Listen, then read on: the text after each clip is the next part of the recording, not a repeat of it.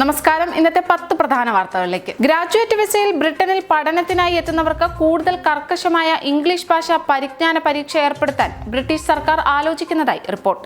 കഴിഞ്ഞ വർഷം പരിമിതിയിലെത്തിയ net migration കുറയ്ക്കുന്നതിനായി cabinet ഉറച്ച തീരുമാനമെടുത്തതോടെ വേറെയും ചില നടപടികൾ ഇതുമായി ബന്ധപ്പെട്ട് ഉണ്ടാകുമെന്ന് സർക്കാർ വക്താവ് അറിയിച്ചു. വിക്കിലീക്സ് സ്ഥാപകൻ ജൂലിയൻ അസാഞ്ച് ജയിൽ മോചിതനായി. അമേരിക്കയുമായുള്ള ധാരണയുടെ അടിസ്ഥാനത്തിലാണ് മോചനം. സിന്ധു ജല ഉടമ്പടി പ്രകാരമുള്ള 2 വൈദ്യുതി പദ്ധതികൾ പരിശോധിച്ച് ഇന്ത്യ പാകിസ്ഥാൻ പ്രതിനിധി സംഘം. ജമ്മു കാശ്മീരിലെ കിഷ്ത്വാർ ജില്ലയിലുള്ള ചെനാബ് താഴ്വരയിലെ നിർമ്മാണത്തിലിരിക്കുന്ന പദ്ധതികളാണ് പരിശോധിച്ചത്. ഗസയിൽ ഹമാസിനെതിരായ യുദ്ധത്തിന്റെ നിലവിലെ ഘട്ടം അവസാനിച്ചുകൊണ്ടിരിക്കുകയാണെന്ന് ഇസ്രായേൽ പ്രധാനമന്ത്രി ബെഞ്ചമിൻ നെതന്യാഹു.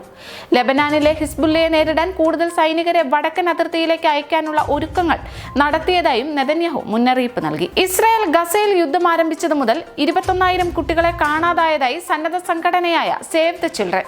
കാണാതായ കുട്ടികളെ കണ്ടെത്താൻ വെടിനിർത്തൽ വേണമെന്നും സംഘം ആവശ്യപ്പെട്ടു. പൗരാവകാശങ്ങളെ മരവിപ്പിക്കപ്പെടുകയും ആയിരക്കണക്കിന് ആളുകൾ വിചാരണയില്ലാതെ തടവിലാക്കപ്പെടുകയും മാധ്യമ സ്വാതന്ത്ര്യം ഇല്ലാതാവുകയും ചെയ്യപ്പെട്ട ആ കറുത്ത ദിനങ്ങളെ പ്രതിരോധിച്ചവർക്ക് ആദരവുമായി പ്രധാനമന്ത്രി നരേന്ദ്രമോദി. 21 മാസങ്ങൾ മാത്രമേ നീണ്ടു നിന്നുള്ളൂവെങ്കിലും അടിയന്തരാവസ്ഥയുടെ ആഘാതം വലുതായിരുന്നു. ഇതിന്റെ ഓർമ്മപ്പെടുത്തലുമായാണ് പ്രധാനമന്ത്രി നരേന്ദ്രമോദി പ്രതിരോധിച്ചവർക്ക് എക്സിൽ ആദരം കുറിച്ചത്. കേരളത്തിൽ നിന്നുള്ള 17 എംപിമാരുടെ സത്യപ്രതിജ്ഞ പൂർത്തിയായി. മലയാളത്തിലാണ് ഭൂരിഭാഗം എംപിമാരും സത്യവാചകം ചൊല്ലിയത്. കേരളത്തിൽ ട്രഷറികളിൽ നിന്ന് 25 ലക്ഷം രൂപ വരെ എല്ലാ ബില്ലുകളും മാറാൻ ധനമന്ത്രാലയത്തിന്റെ അനുമതി.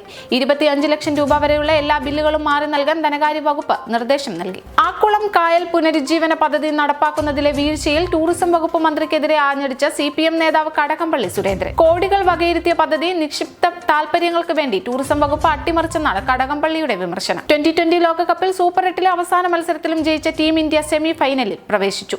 206 റൺസ് വിജയലക്ഷ്യം പിന്തുടർന്ന ഓസ്ട്രേലിയയുടെ ഇന്നിംഗ്സ് 181-ൽ അവസാനിച്ചു. ഇതോടെ ഇന്നത്തെ 10 പ്രധാന വാർത്തകൾ ഇവിടെ പൂർണ്ണമാകുന്നു. കൂടുതൽ വാർത്തകൾക്കും വിശദ വിവരങ്ങൾക്കും Anand TV UK channel subscribe ചെയ്യൂ. ഒപ്പം Anand TV mobile app download ചെയ്ത് സൗജന്യമായി ആസ്വദിക്കും.